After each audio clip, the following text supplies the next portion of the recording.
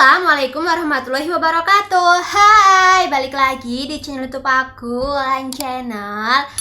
Hai, ketemu lagi sama aku. Nah, di video kali ini aku mau sharing nih tips buat teman-teman endosister yang masih bingung, yang masih galau kira-kira kistanya itu mau dioperasi atau diterapi hormon ya. Nah, di sini siapa nih yang lagi sakit endometriosis ya, yang ukurannya mungkin udah cukup besar atau mungkin masih kecil, entah itu sudah parah ataupun belum gitu, tapi masih bingung kira-kira tindakan yang tepat itu apa ya, ataukah harus terapi hormon atau dengan operasi nih. Nah, mungkin dokternya sudah mengasih saran gitu ya, lebih baik kamu dioperasi aja, lebih baik kamu di terapi hormon aja, tapi teman-teman tuh masih bingung, kenapa gitu aku harus dioperasi, atau mungkin kenapa aku harus terapi hormon, kenapa nggak langsung operasi aja, atau sebaliknya kenapa aku nggak di terapi hormon aja, karena aku tuh takut dioperasi. Sebelum aku jelasin ya, aku mau disclaimer dulu di sini ya, aku tuh bukan seorang dokter spesialis, aku bukan perawat, aku bukan tenaga medis gitu ya. Jadi aku sharing ini berdasarkan pengalaman aku ya. Aku seorang pejuang endometriosis juga, dan kebetulan aku sudah pernah ya menjalani yang namanya terapi hormon, baik itu yang minum obat, bahkan sampai injeksi atau suntik. Dan aku juga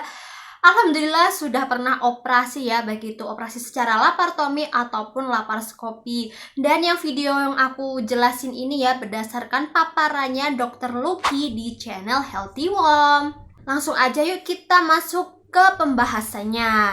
Apakah kista endometriosis ini tuh harus penanganannya tuh dioperasi? Nah, jadi ya seorang dokter ya umumnya menyarankan atau mendiagnosa pasien dengan kista endometriosis harus melakukan operasi itu biasanya tuh dilihat dulu nih teman-teman, kira-kira pasiennya itu ada masalah nyeri yang tidak terbendungkan atau nyerinya itu parah atau tidak. Yang kedua, apakah mengalami atau terjadi masalah kesuburan atau infertility. Selain analisis dari dua faktor tadi, dokter juga melihat dari kondisi pasiennya seperti apa. Misalnya yang pertama, usianya. Usia pasien sister ini tuh masih muda ataupun sudah berumur atau bahkan sudah tua gitu.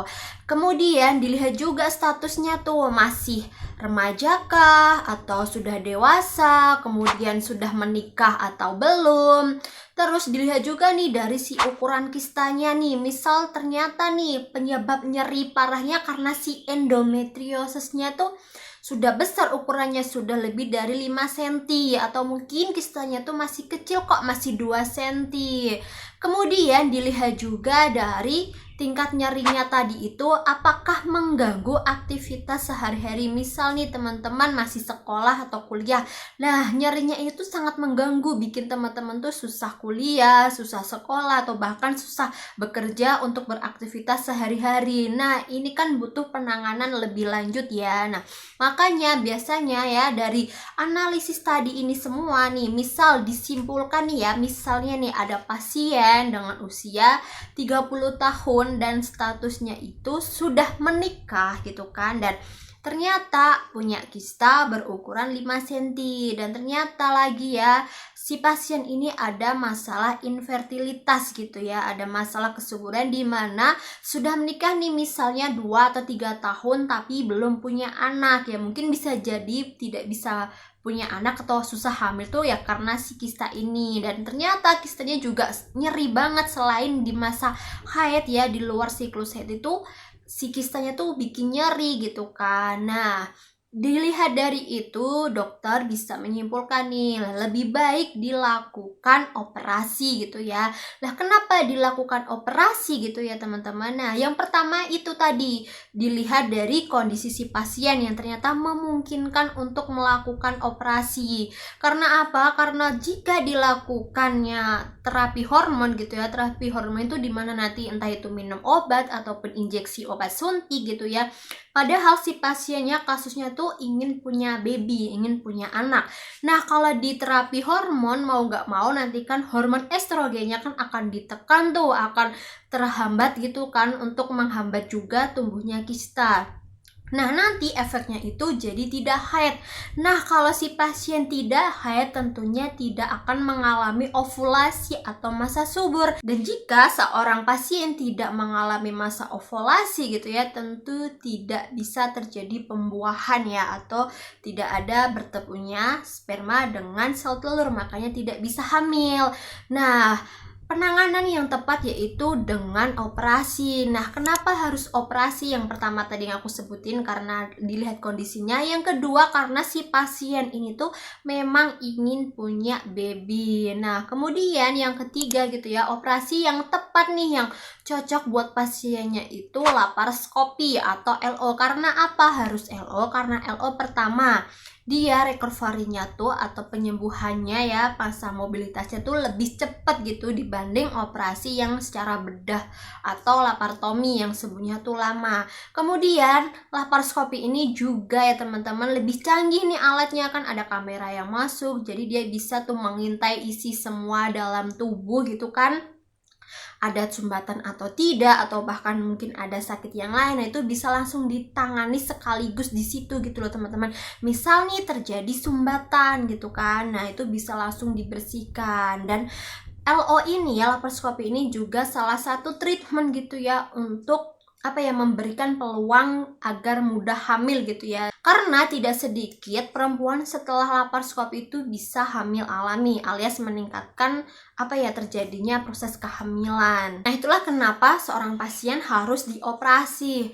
Nah, beda lagi nih, misal nih teman-teman ternyata masih muda gitu kan, masih kerja, belum menikah gitu kan, tentu belum ada niatan ingin punya anak, dan ternyata kistanya tuh misal sama-sama ukurannya 5 cm dan itu bikin nyeri banget, bikin susah gerak gitu ya, beraktivitas. Nah, biasanya dokter akan menyarankan untuk terapi hormon dulu ya, terapi hormonal, baik itu dengan minum obat ataupun dengan suntik injeksi. Nah, biasanya ya terapi hormon ini ya teman-teman, selain mengatasi nyeri ya, dia juga menekan hormon estrogen, di mana juga menekan pertumbuhan atau lebih membesarnya si kista. Nah, biasanya dengan terapi hormon ini ya teman-teman, itu nanti tuh berjalannya waktu kistanya tuh bisa mengecil, namun tidak pada semua pasien. Tapi dilihat lagi nih, ternyata dalam terapi hormon ya ada peningkatan nih aktivitas tubuh, metabolismenya tubuh, ketahanan tubuhnya jadi bagus, bisa beraktivitas lagi, tidak nyeri, dan kemudian dilihat nih kok ternyata kistanya tidak membesar lagi atau bahkan bisa mengecil. Nah, berarti si pasien ini tuh cocok. Nah, biasanya ya teman-teman, kalau untuk obat terapi hormon ini ya, kalau untuk obat minum bisa diminum dalam jangka panjang gitu ya. Tapi untuk terapi hormon yang suntik itu maksimal 6 bulan ya, biasanya diberikan 3-6 bulan. Tapi kok dalam kenyataannya gitu ya, sudah diterapi hormon gitu kan, tapi kok kistanya makin membesar, keadaan pasien makin buruk gitu ya, makin gak karuan ya, mau tidak mau walaupun teman-teman belum menikah, belum ada rencana punya anak ya, mau tidak mau tindakannya harus dengan operasi. Nah, misal nih keputusannya harus dioperasi ya, operasinya pun juga harus yang tepat, apakah dengan cara laparoskopi ataupun laparotomi. Karena tindakan awal ya teman-teman, ingat jangan sampai salah kaprah, jangan sampai salah pilih gitu teman-teman.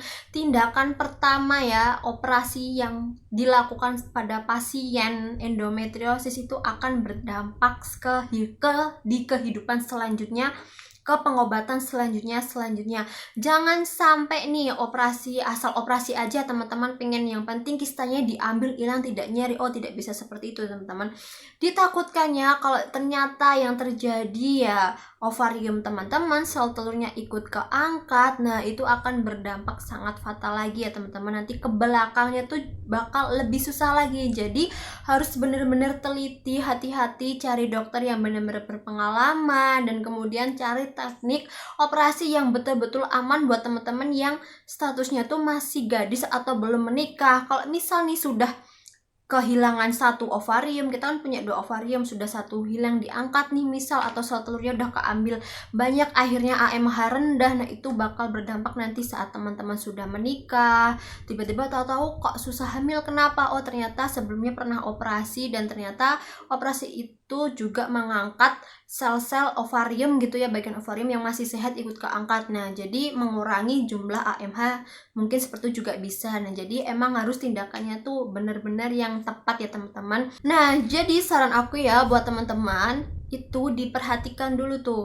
tubuh teman-teman gitu seperti apa, yang tahu kondisi kita, yang tahu kondisi kesehatan tubuh kita tuh ya diri kita sendiri gitu. Teman-teman kan bisa melihat nih kira-kira tuh sakit nyerinya aku tuh masih teratasi apa enggak dengan minum obat anti nyeri, kemudian apakah kistaku berbahaya gitu ya, ukurannya sudah besar ataukah ini sangat mengganggu banget gitu kan aktivitasnya, dan mungkin teman-teman mau memutuskan ingin segera hamil kayak gitu. Nah, itu nanti bisa jadi pertimbangan ya teman-teman. Teman-teman mau pilih yang terapi hormon ataupun yang operasi, dan teman-teman juga harus tahu nih ya efek sampingnya dari masing-masing penanganannya. Kalau misal nih terapi hormon efeknya manfaatnya apa aja, kemudian kalau operasi efek dan manfaatnya apa aja, seperti itu ya. Jadi yang bisa memutuskan itu ya diri teman-teman ya, dokter hanya menyarankan gitu. Oke, jadi dari kesimpulannya ya teman-teman, jangan terburu-buru mengambil keputusan ataupun tindakan ya. Diteliti lagi kondisi teman-teman itu seperti apa dari hasil labnya, mungkin dari hasil USG, cek darah, MRI dan lain sebagainya, dan benar-benar harus diobrolin sama dokternya ya. Jangan sampai ya tindakan pertama ini tuh berakibat fatal nanti di kebelakang-belakangnya. Nah, itu tadi ya teman-teman, semoga bisa menambah wawasan atau menambah pertimbangan nih buat teman-teman yang masih bingung kira-kira pengobatan yang cocok buat aku apa ya gitu ya. Nah, jika teman-teman masih bingung atau ada pertanyaan atau mau sharing atau mau nambahin, boleh banget langsung aja komentar di bawah atau DM di Instagram aku @wulandani. Aku tunggu ya DM teman-teman. Jika teman-teman suka dengan penjelasan aku tadi, jangan lupa ya untuk like video ini, kemudian subscribe channel YouTube aku, dan jangan lupa nyalain tombol loncengnya, dan jangan lupa ya untuk di-share ke semua sosial media teman-teman agar video ini lebih bermanfaat. Terima kasih. Wassalamualaikum warahmatullahi wabarakatuh.